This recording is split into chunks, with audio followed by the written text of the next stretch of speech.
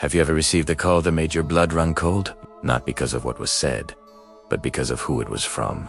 And when it arrived, welcome to Unresolved Casefiles. Today, we're diving into a story that blurs the lines between technology, tragedy, and the unexplainable. It's the story of a final voicemail sent from a phone that had already been destroyed. This all started on a crisp autumn evening. A group of friends, let's call them Sarah, Mark, and Emily, were on their way back from a weekend camping trip. They were driving along a remote mountain road, laughing and sharing stories, when disaster struck. A deer darted out in front of them. Mark, who was driving, swerved hard to avoid it. The car skidded on a patch of loose gravel, went into a spin, and plunged down a steep ravine. The crash was violent. When Sarah regained consciousness, she was met with a scene of utter devastation. The car was a mangled wreck. She managed to free herself, her body aching, and immediately checked on her friends. Emily was unconscious, but breathing. Mark, however, was in a much worse state. He was pinned in the driver's seat, bleeding heavily. Sarah knew they needed help, and fast. The area was a dead zone for cell service. She frantically checked her phone. No signal. Emily's phone was shattered. She then found Mark's phone, which had been thrown from the car during the crash. It was lying on the ground a few feet away, its screen a spiderweb of cracks, completely dead. She tried turning it on, holding down the power button, but nothing. It was just a useless piece of metal and glass. She began to panic. With no way to call for help, Sarah knew she had to leave her friends and hike back to the main road. It was a terrifying decision, but it was their only hope. She told an unconscious Emily and a barely conscious Mark what she was doing, promising she'd be back with help. Then, she started the long, arduous climb back up the ravine in the fading light. Hours later, exhausted and covered in scrapes, Sarah finally reached a small, all-night diner by the side of the highway. She burst through the door, frantically explaining what had happened. The staff immediately called 911. Paramedics and rescue crews were dispatched to the crash site. Tragically, by the time the rescue team reached the car, Mark had already passed away from his injuries. Emily, however, survived. She was airlifted to a hospital and eventually made a full recovery, though she was left with the deep emotional scars of that night.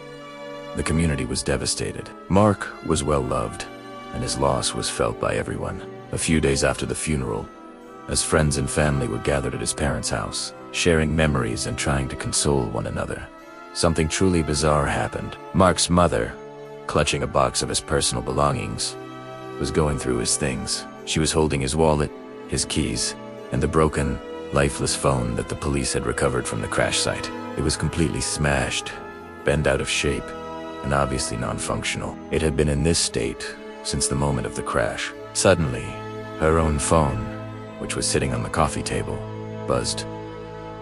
She glanced at the screen. A new voicemail notification had just popped up. The number it came from made her heart stop.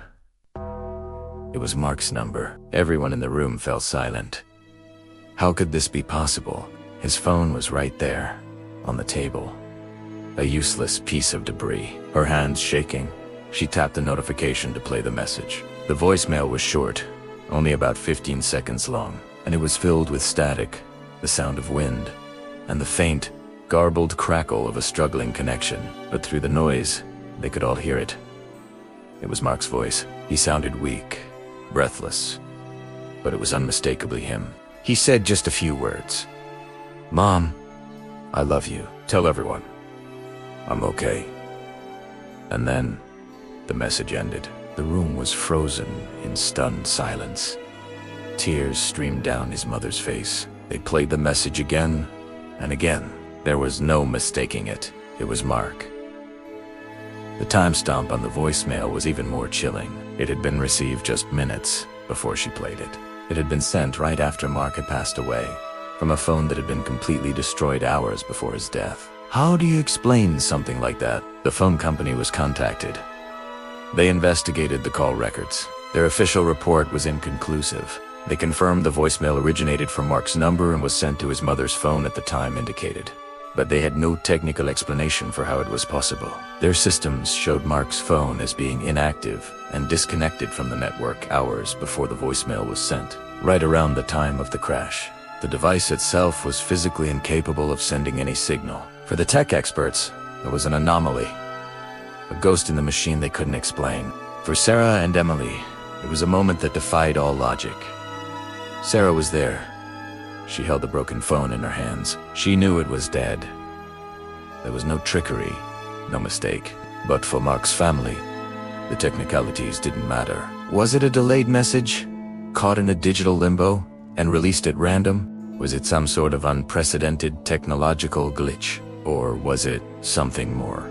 A final, loving message that transcended the physical world? They chose to believe the latter. In their moment of deepest grief, they received a gift, a final goodbye from their son, telling them he was at peace. That short, staticky message brought them a sense of comfort that no rational explanation ever could. It was proof for them that the love they shared with Mark continued to exist, unbound by the rules of life and death, or even the limits of technology. This story makes you wonder about the connections we have that go beyond the physical. We rely on technology to communicate every day. But maybe, just maybe, the most important messages are the ones that find a way to reach us, even when all the wires are cut and the screens have gone dark. What do you think? Was it a network glitch? Or something else entirely? Let me know your theories in the comments below. Stories like this remind us that there are still so many mysteries in the world we do not understand. Thanks for watching. And if you enjoyed this story, don't forget to like and subscribe for more Unresolved Case Files. We'll see you in the next video.